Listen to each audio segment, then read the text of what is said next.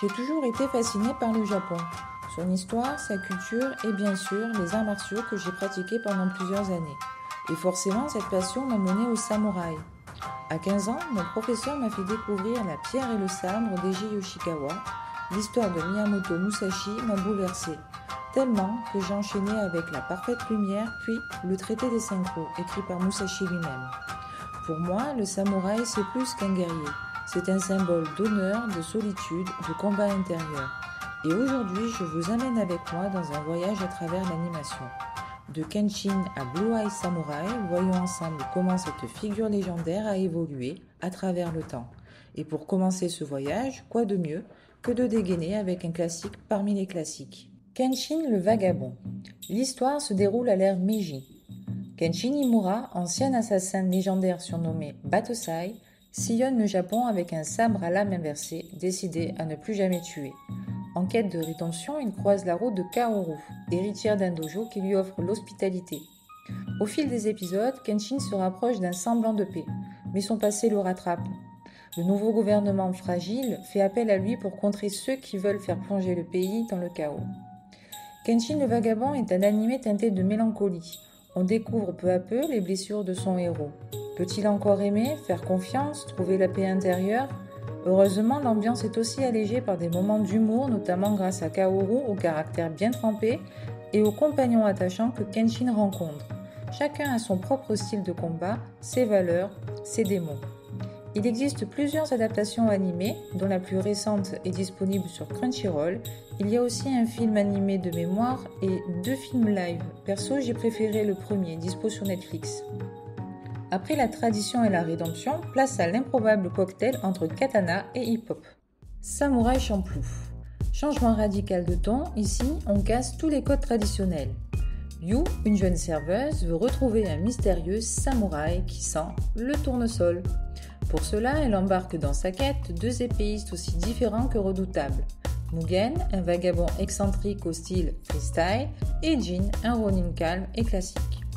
Ce qui rend Samouraï Champloo unique, c'est son mélange explosif de hip-hop, d'humour, d'action et d'anachronisme. Des samouraïs qui se battent sur du rap, ça marche. La bande-son est incroyable. Au fil de leurs aventures, on découvre les passés sombres de nos 3 héros. Les combats sont stylés, les personnages profonds, et le final, il m'a laissé ému. Et vous, quel est votre personnage préféré ? Moi, je pense que c'est Jin. Après le style et les rimes, retour à l'horreur feutrée du Japon féodal. Bienvenue dans un monde où les monstres sont littéraux et les cicatrices profondes. Dororo. Le jour de la naissance de son fils, le seigneur Daigo le sacrifie à des démons pour assurer la prospérité de ses terres. L'enfant naît sans peau, sans yeux, sans membres, mais au lieu de le tuer, une servante le confie à la rivière, espérant que le destin lui offre une seconde chance.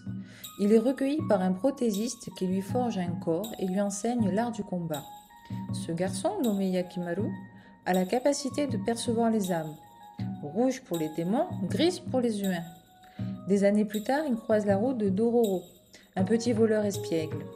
Ensemble, ils parcourent le Japon à la recherche de paix et des morceaux de corps de Yakimaru qu'ils récupèrent à chaque démon vaincu.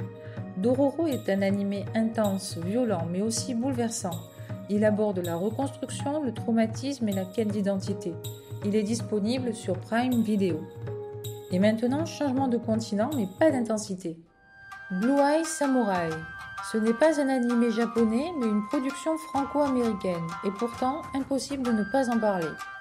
À l'époque Edo, Mizu, une jeune métisse aux yeux bleus, cache son identité en se faisant passer pour un homme. Elle est recueillie par un forgeron aveugle qui lui apprend son art. Formée au sabre, elle se lance dans une quête de vengeance contre 4 hommes, dont l'un est son père.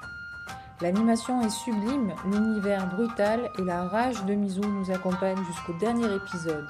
C'est aussi une œuvre féministe forte qui donne une place importante aux personnages féminins, comme la princesse Akemi. Les combats sont d'une beauté rare et l'écriture est très soignée. Si vous ne l'avez pas encore vu, foncez, c'est sur Netflix. Et on termine ce voyage avec un samouraï de légende face à l'horreur surnaturelle, Onimusha. Inspiré d'un célèbre jeu vidéo, Onimusha nous propose une aventure sombre et surnaturelle. Un groupe de samouraïs, accompagné d'un moine, est envoyé dans un village où une rébellion est signalée. Mais à leur arrivée, ils découvrent un endroit désert infesté de zombies et de démons. Le héros de l'histoire, nul autre que Miyamoto Musashi. Eh oui, lui-même. J'étais sceptique au départ, mais j'ai été agréablement surprise. L'anime mélange des combats inspirés de faits historiques avec une touche fantastique assumée. Les combats sont magnifiques, l'animation très stylisée et l'intrigue tient bien la route. Vous pouvez retrouver Onimusha sur Netflix. À travers ses œuvres, on comprend que le samouraï n'est plus seulement un guerrier. Il est tour à tour rebelle, vagabond, survivant, vengeur, mais toujours en quête d'une chose, l'humanité derrière la lame. Et si ces personnages vous ont marqué autant que moi, restez connectés, car prochainement on parlera de mangas cultes comme Vagabond, L'habitant de l'infini et d'autres pépites tranchantes. N'oubliez pas de liker cette vidéo, de vous abonner et de partager votre samouraï préféré en commentaire. A très vite les mangavores.